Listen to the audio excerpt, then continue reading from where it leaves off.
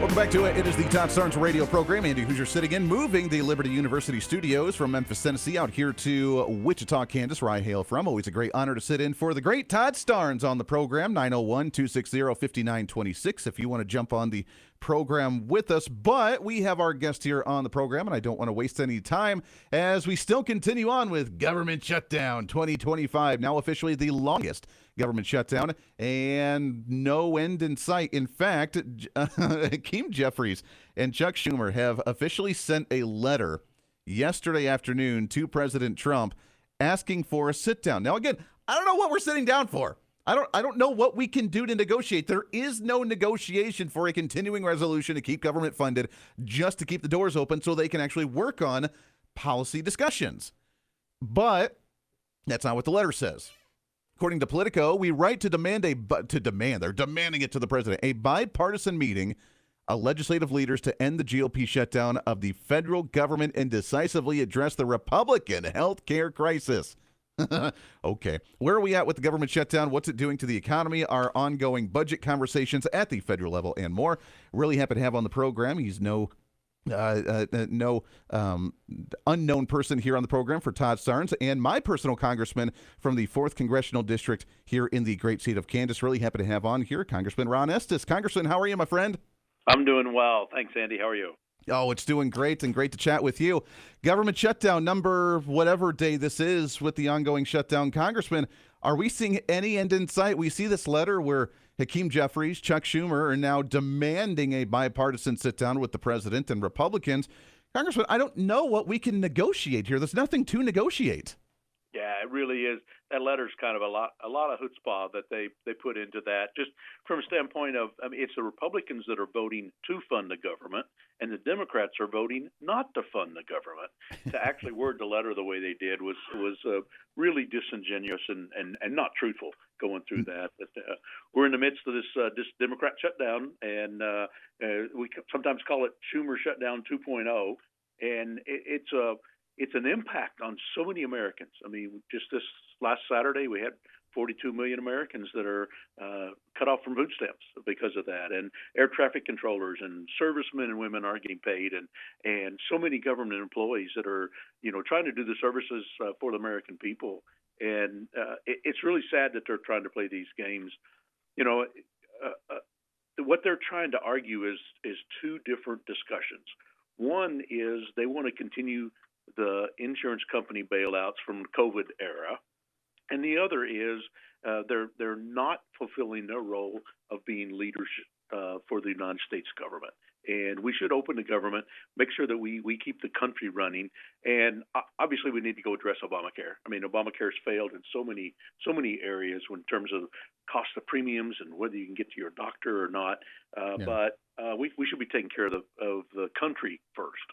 Yeah. Well, Congressman, wouldn't that be a conversation for Congress on the House and Senate floors to talk about a policy reform with Obamacare? Because you're right, we need to do something, and right now would be the prime opportunity for us to do so, that if we're not putting back in all these subsidies to Obamacare that we had during the COVID pandemic, we're putting work requirements in for people in order to qualify for the Medicaid expansion in certain states. This would be the prime opportunity for us to have these negotiations and policy discussions.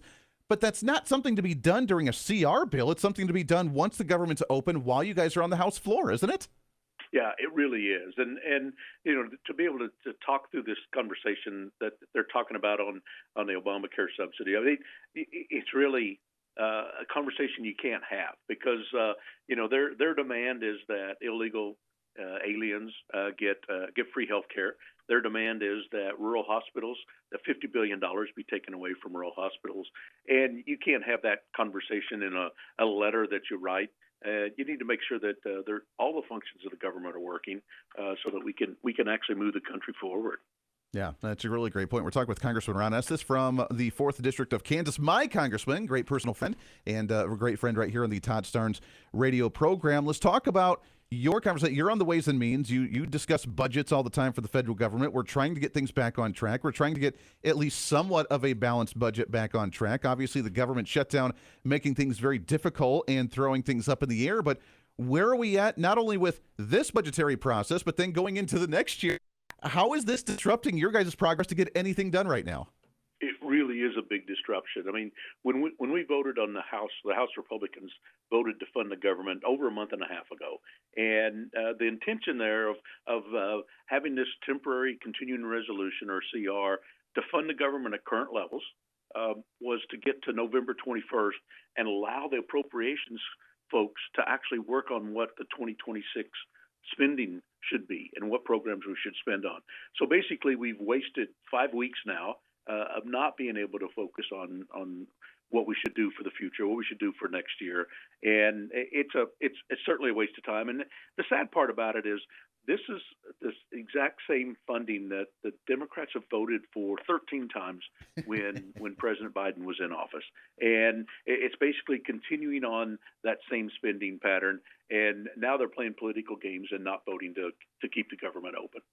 It's so weird. It's so I just don't understand. What's the exit ramp for Democrats now? Obviously, there's been speculation it's a power play of Chuck Schumer to show that he still can flex his muscles in the Senate side, and a potential challenge of AOC, which is our favorite person here, right? I am told this is a garbage disposal. Yeah, apparently there's a power play between AOC and Chuck Schumer for the Senate seat in a couple of years, and that's speculation on why they're doing this. If they want to die on the Hill for universal health care for illegal aliens and everybody else during the shutdown, they're not going to get it. But Congressman, from your opinion, from what you're hearing up there, what's the exit ramp for them? How do they finally come back to the table and say, we're not going to get all of this, but Donald Trump, if he is a tyrant and a king, we have to come back into session to try and stop Donald Trump from actually doing his agenda. How do they come back to the table after this?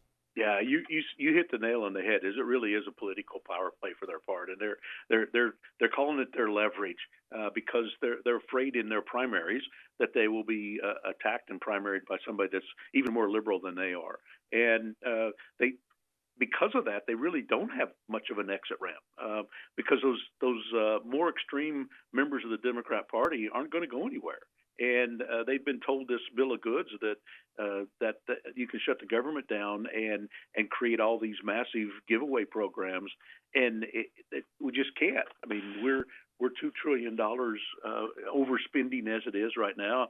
They want to add another $1.5 trillion through that. So there's the Senate has to sit down and figure out how do we move forward, how do you end this filibuster, and the Democrats need to just take the responsibility, be the leaders for the United States of America, and let's get the government funding so we can focus on so many issues that we need to talk about in America.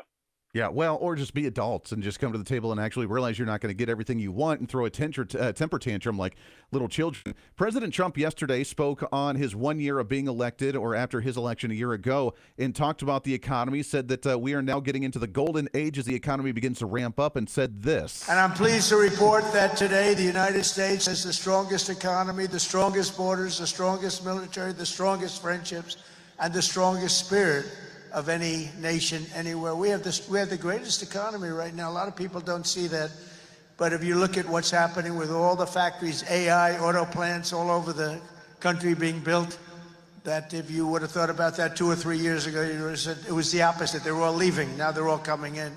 They're all coming back and then some. And I think that we can honestly say, and I think you're going to see it even more so over the next 12 months, that this is the golden age of America. This is the golden age. The golden age is officially here. We're seeing more revenue come in from tariffs and trade agreements, which is what it was able to actually cover some of the spending and some of the costs during this government shutdown this past month. We're starting to see, oil prices are down at the lowest prices, and gas prices down since the last Trump administration right now. And we've just heard the announcement that, according to Donald Trump, at least himself, said that the prices of a Thanksgiving dinner down 25% compared to last year under the Biden administration. Congressman, is that true? Are we seeing the economy, even though it's difficult right now, especially with the government shutdown, are we at least beginning to see this economy get back to where it needs to be? You know, we're seeing over and over again, we're seeing businesses that are looking for workers. Because they've got business growing. We've seen announcements about new plants, new investments, new opportunities growing, and that's continuing to help. I mean, the more we have in terms of economic growth, the tax law we passed in 2017 on a temporary basis, we saw it jumpstart the economy. Now that we passed the big beautiful bill this year to give so many tax cuts to working families and others, we're going to see the economy growing as well. and inflation's down from how bad it was with Biden. I mean, the problem is once inflation starts, it never goes back to where it was to begin with. So even though President Trump's been successful of knocking down the inflation that was rampant during the Biden administration, we're better off now than we were with President Biden in office, and we just need to continue moving forward and make sure that we have a healthy economy growing and be able to provide jobs for so many American workers and be able to care for their families. Yeah, it's a great point. I love seeing, and I think it was between the September and October months, we saw inflation at a 0.2% rate increase month over month compared to what we had seen under Joe Biden 2 years ago when it was a 7% rate of interest or inflation going from month over month. So I think overall between 7% and 0.2%, I will definitely take that compared to the two administrations. We got just a couple minutes left here, Congressman, and I appreciate your time, but I want to get your thoughts on the election from Tuesday night. The blue, they call it the blue wave. I mean, Democrats definitely dominated on Tuesday this week, but what does that mean moving forward? We now have a renowned socialist in New York running the place. We have an attorney general in Virginia that said he wants to put bullets in Republicans or something crazy.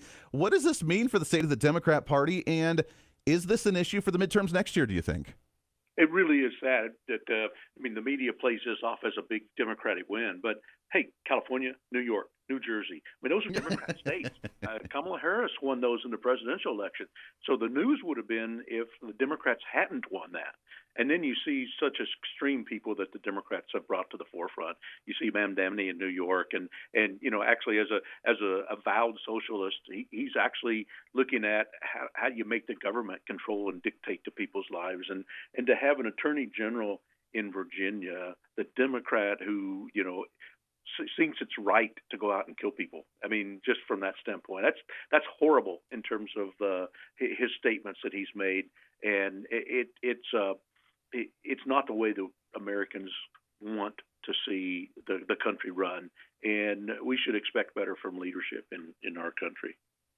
It's really sad, but that's where the state of the Democrat Party is, and I don't think it's going to bode well for them moving forward in the midterms because this year, with how much attention these elections got, they won't have, at least in my opinion, we'll see how it plays out, but they won't have the same momentum in a midterm when usually the minority party has a lot of power and enthusiasm going into that one. It is Congressman Ron Estes, 4th District of Kansas, my congressman here in the great state of Kansas. It's great to have you on the show, my friend. Thank you for coming on the Todd Starnes radio show with us. Let's do it again real soon, my friend. All right, good deal. Thank you. Always a pleasure. Congressman Ron Estes, the 4th District of the great state of Kansas.